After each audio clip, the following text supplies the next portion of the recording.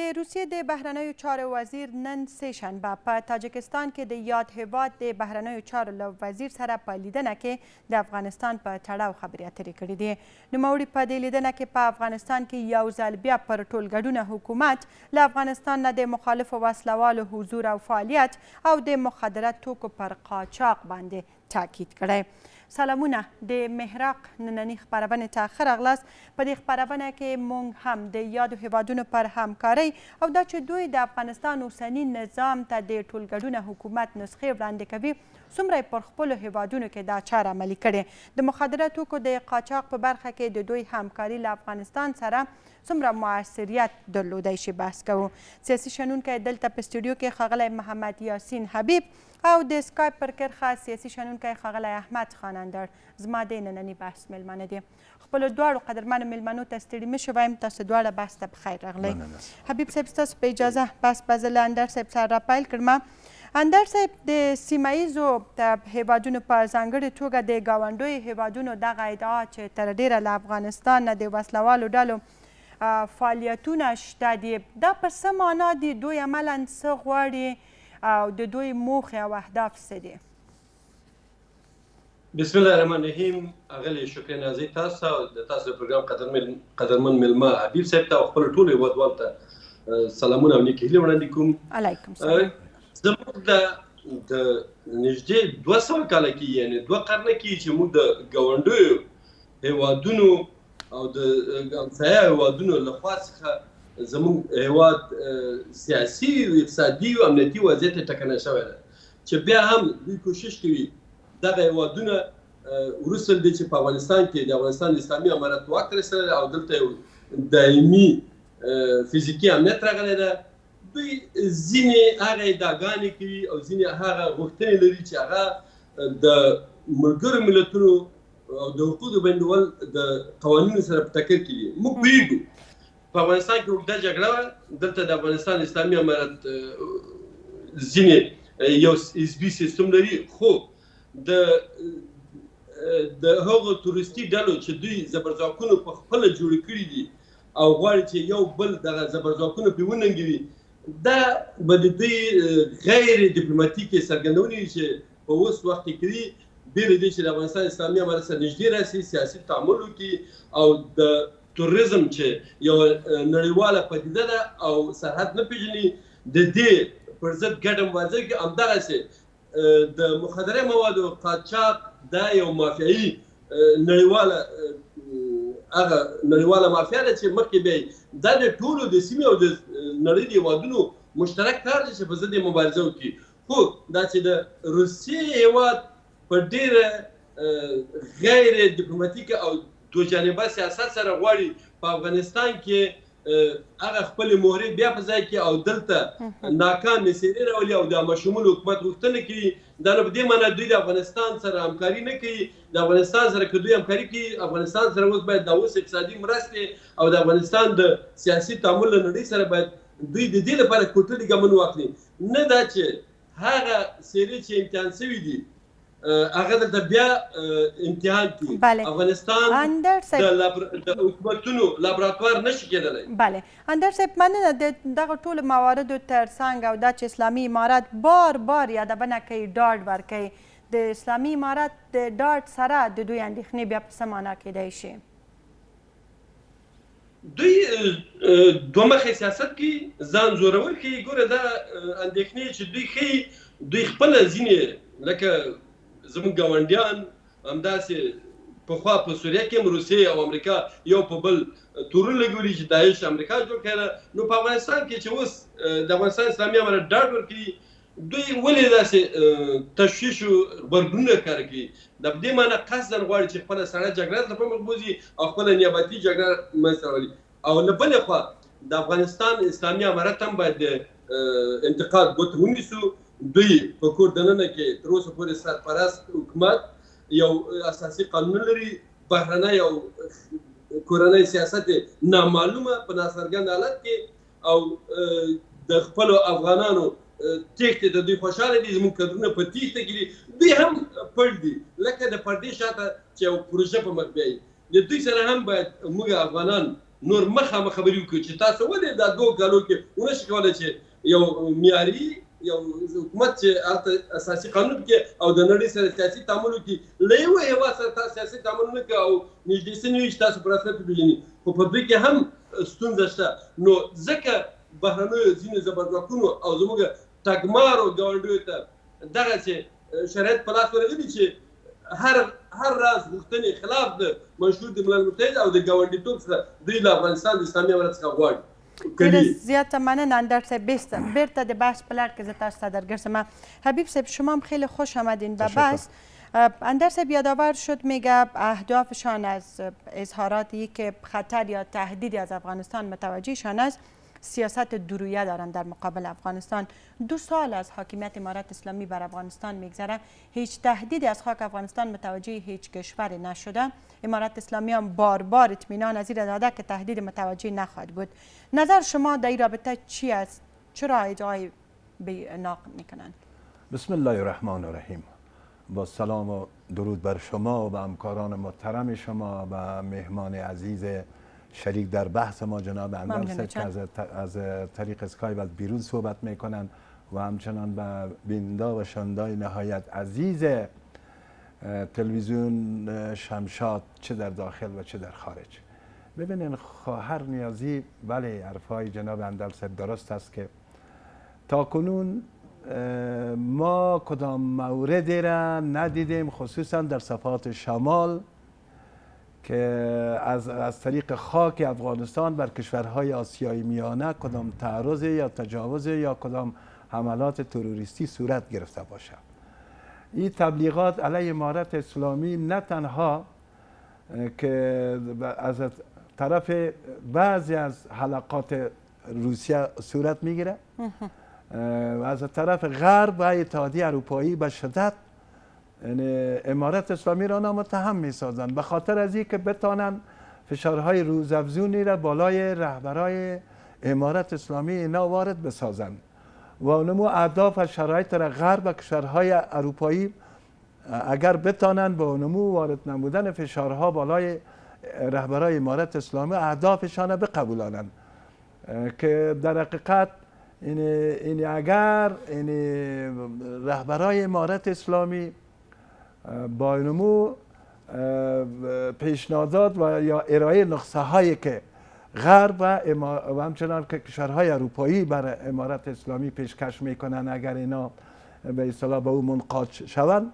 این شما مطمئن باشین که نه تنها به خیر و به نفع افغانستان نیست بلکه در دل روح روان ملت ما مردم ما یک نوع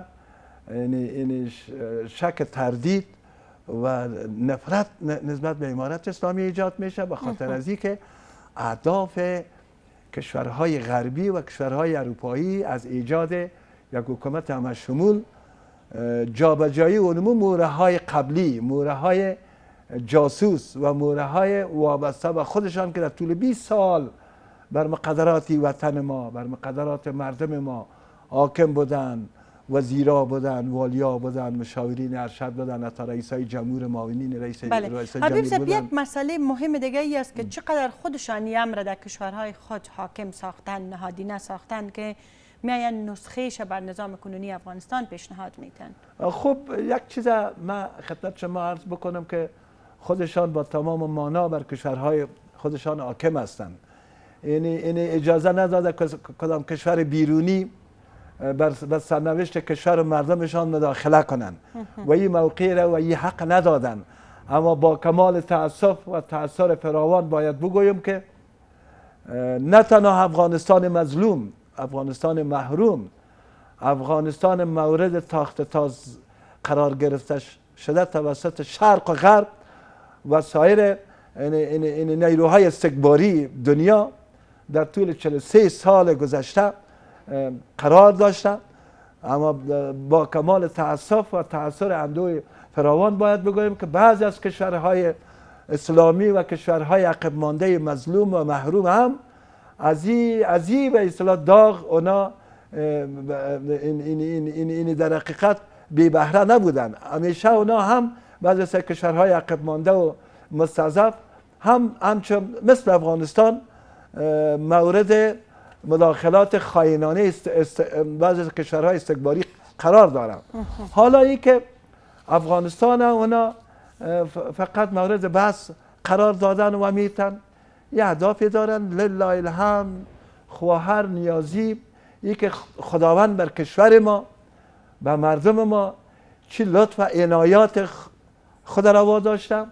یعنی کشور ما هم از نقطه نظر موقعیت سوق الجیشی و جغرافیایی در دنیا واقعا یک موقعیت اساسی را دارا بوده و هم از نقطه نظر دارایی و گنجه های واقعا بی‌نظیر قیمتی این در حقیقت لایتنهایی در دل کوه و کوپایه ها و دشت های وطن ما مدفون است که همیشه افغانستان در طول تاریخ 5000 سالش مورد تاخت تاز و توجه و تجاوز نیروهای استکباری و قشونهای جهانخوار قرار داشته. روی این مسئله که افغانستان به حیث یک گذرگاه همیشه مورد بحث بر از اونا، مورد توجه بر از اونا قرار داشته و هم یک کشور ثروتمند که متاسفانه افغانستان در میان سایر کشورها ثروتمندترین کشور است، اما متاسفانه با رنج و آلام باید بگویم که مردمش غریبترین بی‌بضاعت‌ترین انسان‌ها در روی زمین هستند. همیشه دست نیروهای استکباری، همیشه دست نیروهای استعماری، همیشه دست نیروهای جانخوار. ما در طول 5000 سال همیشه مورد تاخت تاز قرار داشتیم، همیشه مورد به اصطلاح تجاوز قرار داشتیم، همیشه به سرنوشت ما کشور ما به اصطلاح دخالت صورت میگیره، معامله های رنگارنگ صورت میگیره، حقوق ما ظالمانه پامال میشد.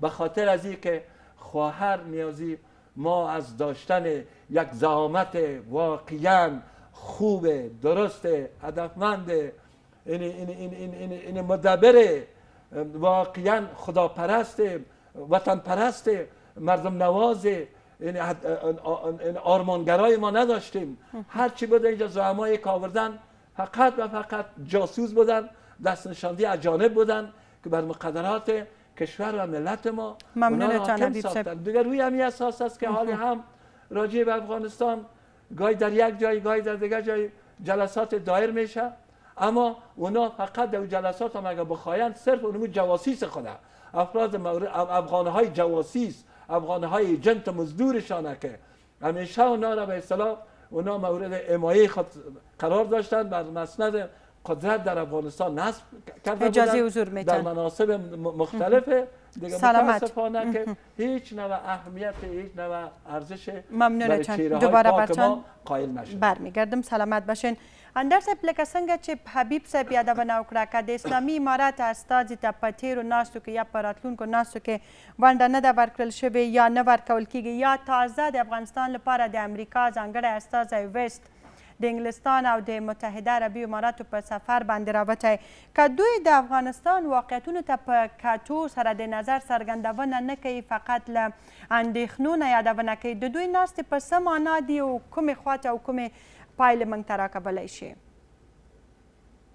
له بده مرغې اغلې نیازي چې زموږ د هېواد د اوسني وضعیت نه زموږ ګاونډیان او زبرځواکونه ډېره ګټه پورته کوي، کوشش کوي چې زموږ د خلکو او د هېواد په سر لکه د پخوا په شان تجارتونه، سیاسي تجارتونه مو کوي، اقتصادي تجارتونه مو کوي.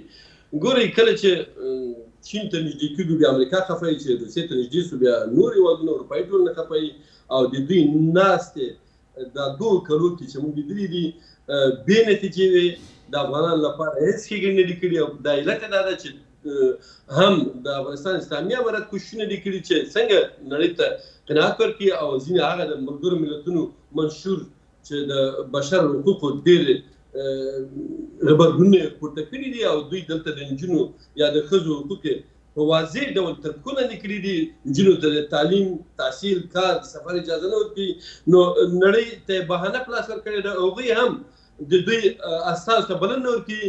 د دې په منځ کې فشار د افغانستان په مظلوم ولس ده چې ورځ تر بلې اقتصادي وضعیت خرابېږي.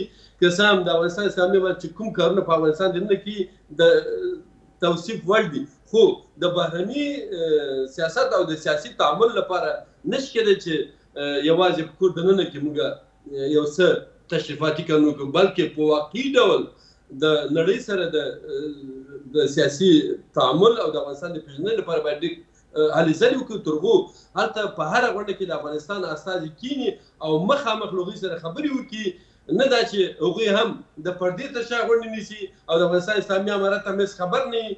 دا خو د حل لاره نشي کېدلی. بله، خو اندر صاحب، بله، په بخښنې سره چې زه مداخله کوم ستاسو د خبرو په منځ کې، د امارت استازو ته ګډون بلنه نه ورکول کېږي او دوی خپله بې ځایه اندېښنې څرګندوي. آخر د حل لاره څه ده؟ کومې خواته موږ ځو؟ هغه ډیپلوماتیک اصولو ته په کتو سره په دغه شرایطو کې باید څه وشي؟ واقعیت هغه څه دی چې تازه د اسلامي امارت مرستیال بیان یادونه کړې چې په تېرو 2 کلونو کې د افغان خاورې نه هېڅ هېواد ته تهدید نه دی پېښ شوی. مننه کوم. پښتو لغات زما یاد ته نه راځي، خو کوشش کوي دغه زبرځواکونه بسترسازي وکړي نوې خپلې نیابتي جګړې ته، چې دوی همیشه دغسې هېوادونه چې خلک یې سیاسي سطح ټیټه وي، اقتصاد یې خراب وي، دغسې تورستي ډلې راولېږي، ټولې خپلې جوړ کړي او دلته ګډوډي جوړه کړي. بیا د خپلو عارفانو د چین، روسیې، امریکا خپل منځ کې یو د بل په ضد باندې افغانستان نه بیا لابراتوار جوړ کړي او جګړه وي او دوی دلته خپلې سلاوي وازموي، یو بل ته زور ازموي وکړي. دغه هدف ده. خو د دې هدف د مخنیوي لپاره د افغانستان اسلامي امارت باید متوازن قوي سیاست او خپل خلک په غېږ کې نیول. د خلکو واټن باید د اسلامي امارت نه لرې نه شي، کنې دا ځلې به لکه د تېرو د مجاهدینو په شان چې ډېرې لاپې ویستلې چې د کو بالا مې شي مغرب ته کېږو، دا که وها که ولس نه ورسره موټرې چالان تر پای شول، د افغانستان د اسلامي امارت یعنې طالبانو په وضعیت به هم دغسې نړۍ او افغانان وخاندي که چیرې په کور دننه کې یوه لویه جرګه او د افغانستان د خلکو حق د نجونو تعلیم ورنه کړي. دا خو په دې معنا چې دوی موږ غواړي په لوی لاس د پاکستان 5مه صوبه کې زموږ هر څه لغږي ډاکټران ته هلته منډې وویو، په دروازو کې به زموږ خلک ولاړ فابریکې به نه وي او زموږ نیم قشر د ټولنې به فلج او هر څه به پاکستان او ایران ته محتاجوي، دوی موږ احتیاجوي، له دوی نه د خلکو فاصله لرې کېږي او د خپلو د افغانستان د اسلامي امارت د ځینو چارواکو غږونه موږ اورو چې د خپلو مشرانو پر ضد کوي او اخطارونه ورکوي چې ګورئ دا هېواد یوازې د ملایانو نه ده بلکې د ټولو افغانانو چې د خپل د پلرونو په وینو د خلکو په وینو په پیسو یې تعلیم کړی، ځان یې رسولی، دا هېواد په ګډه باید جوړ کړو. دا د هېڅ تنظیم نه ده او تېرو حزبونو تنظیمینو که خلقیانو که پرچمیانو که همداسې مجاهدینو که طالبان لومړي درو که دا جمهوریتان چې تکنوکراتان یې ځان ته ویل مجاهدین هم پکې وو، د 48 هېوادو په زور یې په افغانستان باندې حاکمیت نشي کولی او ویې نشي کولی چې دلته حکومتولي خپله په مخ بوځي. په آخر کې وګورئ چې څنګه ناکام شو. د دوی لپاره هم ښه دا ده چې د نړۍ سره ښه سیاست او افغانان په غېږ کې ونیسي او هېڅ هېواد ته اجازه ونه کړي چې زموږ په کورنیو چارو کې مداخله وکړي. دا څنګه کېدای شي چې ټوله نړۍ پوهېږي چې حکومت سازي د یو ملت حق ده او موږ ته غواړي چې دلته عامه شموله او نه پوهېږم ټول شموله حکومتونه بیا راولي. آیا دوی نه پوهېږي چې له چا سره موږ عامه شموله حکومت جوړ کړو؟ کومه له داسې قوي کومه له قوي تنظیم چې هغه واقعا د افغانستان د خلکو ویاړ وي او افغانستان خلک یې وغواړي او هغه راسي طالبانو سره یو عامه قبول یو عامه شمول حکومت جوړ کړي. دلته باید افغاني حکومت وي، ټول هغه افغانان چې غواړي د خپل هېواد په بیا رغونه کې او د خپل هېواد لپاره خلکو لپاره کار وکړي، هغو ته باید په حکومت کې ځای ورکړل شي. دا څه معنا لري چې باید حتما تضمین وي؟ ولې پاکستان کې عامه شموله نشته چې 35 میلیونه پښتانه هره ورځ زنانه او مردانه او ماشومان یې بندیان کېږي، وژل کېږي، 15,000 نارینه ورک دي، لادرکه دي، 2,000 ښځینه یې وړي دي د وزیرستانه. آیا حقوق د بشر چېرته ده؟ عامه شمول حکومت ولې نه غواړي؟ پښتانه یوازې چوکیدار دي. په ایران کې چې 6 میلیونه سنیان په پټه سره سني مذهبه خلک لمونځ کوي، حق دی، جومات نه لري، پارلمان کې نشته، وزیر نشته. په روسیه کې دومره قومونه دي، تاتار 8 میلیونه دي، حق د وزارت نه لري. ولایت کې په هغه ولایت کې چې تاتاران ژوند کې روسي والي ورته نیولی ده. چین کې تاسو وګورئ چې پیغوریانو مسلمانانو څه ده، آیا دا حقوق د بشر دي؟ تاجکستان چې زموږ په زور باندې د جغرافیه کې راغلی پیدا شوی ده او ازادي نیمه اخیستې له روسانو نه، دوی هم زموږ په هېواد کې د تعصب مرزونه لپاره کې ځانونه د افغانستان د تاجکانو نمایندګان بولي. افغانستان کې هیڅ اقلیت نشته، ټول اکثریت دي. زما هر قوم اکثریت ده او ټول موږ یو افغانان یو. بس دا 15 کاله موږ دوی وغولولو، د کمونیست، د اشرار، د مجاهد، د طالب په نامه وجنګلو. نور باید افغانان شو، مسلمانان شو، نور دوی ته باید څه ونه کړو چې زموږ په هېواد کې مداخله وکړي او د افغانستان اسلامي امارت د اوس لپاره چې د سیاست توبې په لاس کې ده، دا ټول څه دوی کولی شي مهار کړي، خو د افغانانو په زور. نه دا چې کورادان اندر بخښنه غواړم اغلې نیازۍ، نه دا چې یو میاشت مخکې ښاغلي ملا عبد الله اخوند امارت اسلامي مشر د قطر له صدر اعظم سره او ایتان سره کتلي، بیا وروسته له هغه نه اعلان شي افغانان خبر شي، ټوله نړۍ خبرې رویټر به اعلان وکړي. ولې د افغانانو هر څه پټوي؟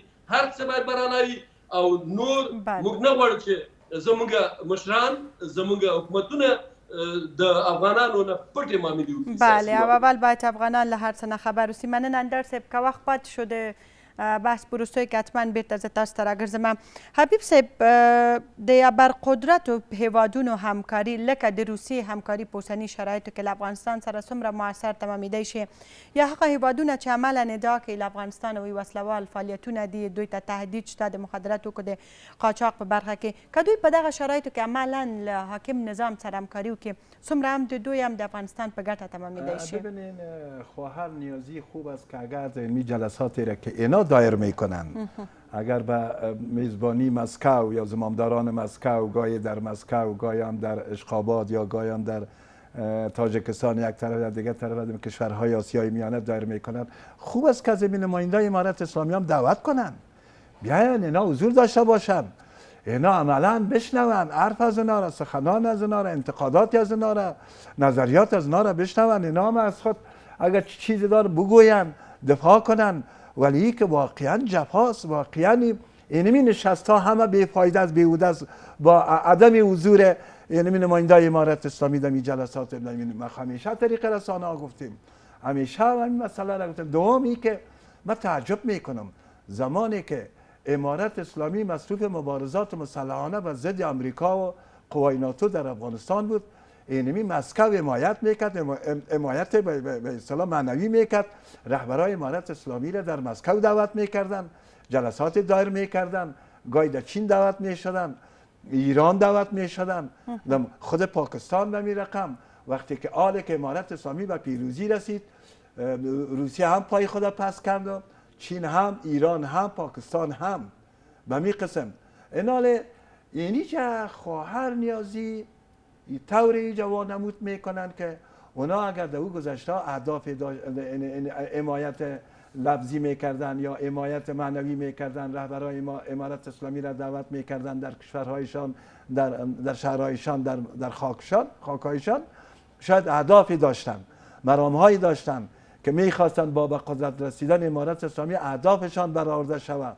ولی ای که چرا به اصطلاح اینا بعد از پیروزی امارت اسلامی و مسلط شدن امارت اسلامی بر جغرافیای افغانستان، اونا نه تنها حمایت نکردن بلکه حتی حکومت امارت اسلامی را به رسمیت نشناختن. بله، اما بس اوقات یادآوری میکنن تازه چین، وزیر خارجه چین یادآور شده که در راه رسیدن به ثبات افغانستان از هیچ تلاش دریغ نخواهد کرد. از این فرصت ها چطور میتونه حکومت استفاده کنه، نظام حاکم استفاده کنه؟ خواهر نیازی یکی حرف است، شعار است که اونا به حساب وعده میتن و یکی هم عمل است. با کمال تاسف، با کمال تاثر، ما در 20 سال گذشته هم بعضی کشورها را، چی همسایه های ما را، پاکستان، ایران، چین دیگه و چی کشورهای دوره، غربی ها و شرقی ها و اصطلاح اروپایی ها آمدن در افغانستان، وزرای خارجهشان، رؤسای جمهورشان آمدن، وعده ها دادن، باغای سبز سرخ رنگارنگ نشان دادن برای مردم افغانستان، ولی بالاخره در عمل هیچ نوع اینا یک ابتکار، یک تحرک، یک عملکرد خوبه برای ملت مظلوم، برای ملت عذاب دیده از خود اینا نشان ندادن، ارائه ندادن. به می قسم فقط و فقط اهداف در این گفتارهایشان است، از اونا فقط شعار است و امروز هم همون شعارها هستند که میتن. فلحاظ چیزی که مهم است خواهر نیازی برای رهبرای محترم امارت اسلامی، هیچگاه توقعی به کشورهای دور نزدیک نداشته باشند الا یک از ملت خود. از ملت خود همیشه گفتیم، همیشه طریق رسانه ها مکررن گفتیم، تکرارن گفتیم که امارت اسلامی زمان واقعا در میادین سیاست پیروز میشه، دست بالایی می داشته باشن که ملت خود بر شکل کس از خود بسازه. مشکلاتی که در درون ملت هست، حتی بعض ناراضیایی که در درون ملت از بعض جاها مصروف مبارزه مسلحانه، دست به مبارزه مسلحانه میزنن، حتی باب مذاکره را برای از اونا باز کنن، حتی اونا را دعوت کنن بیان به مذاکره دعوت کنن، خیلی با جبین گشاده، خیلی با حوصله فراخ، اونا هم و مخالفین هم دیگه بفهمن که این ملت بیچاره، این ملت مظلوم، این ملت عذاب دیده دیگه از جنگ خسته هستن و از برای خدا تابعه در این ملت جنگ، در این کشور ما جنگ 43 سال اضافه 43 سال است که این کشور ما در آتش جنگ میسوزه، تابعه در آتش جنگ میسوزه. مخالفین مسلح هم و همچنان دولت امارت اسلامی هم باید حال راهی را در پیش بگیرن که جنگ منتفی بسازن، تمام مشکلات از طریق مذاکره اینا به اصطلاح حل بکنن. منظور ما از اون مخالفینی که در طول 20 سال که امروز در ترکیه و بعض جای دیگه هستن، در طول 20 سال خونی ملت خوردن. بله خو حبیب صاحب بله اونا نیستن، منظور ما اونا نیستن. بله حبیب صاحب بله مسئله بیاده چې دغه داخلي موضوعاتو ترڅنګ چې تاسو ته اشاره لرله هغه دیپلوماتیک یا نړیوال اصولو ته په کتو سره دا باید له پامه ونه غورځوو چې همدا اوس افغانستان نړۍ ته او نړۍ بیرته افغانستان ته ضرورت لري، دغو مواردو ته باید توجه وشي. خب یک مسئله هست که مسئله تعامل امارت اسلامی با کشورهای دور نزدیک، با کشورهای همسایه و کشورهای دور. اما یک چیز باید امارت اسلامی این در نظر داشته باشه که منافع ملی کشور ما را و مردم ما را در نظر داشته باشه. اما خواهر نیازی کشورهای دور نزدیک فقط و فقط بدون اهداف خاصه، بدون هدفهای خاصه، بدون مرامهای شوم خاصه، اینا هیچگاهی با ما به اصطلاح حرف نمیزنن، با ما دلسوزی نشان نمیدن، با مردم ما خیلی کوتاه به حال ما اشک تمسا نمیریزن، به حال ما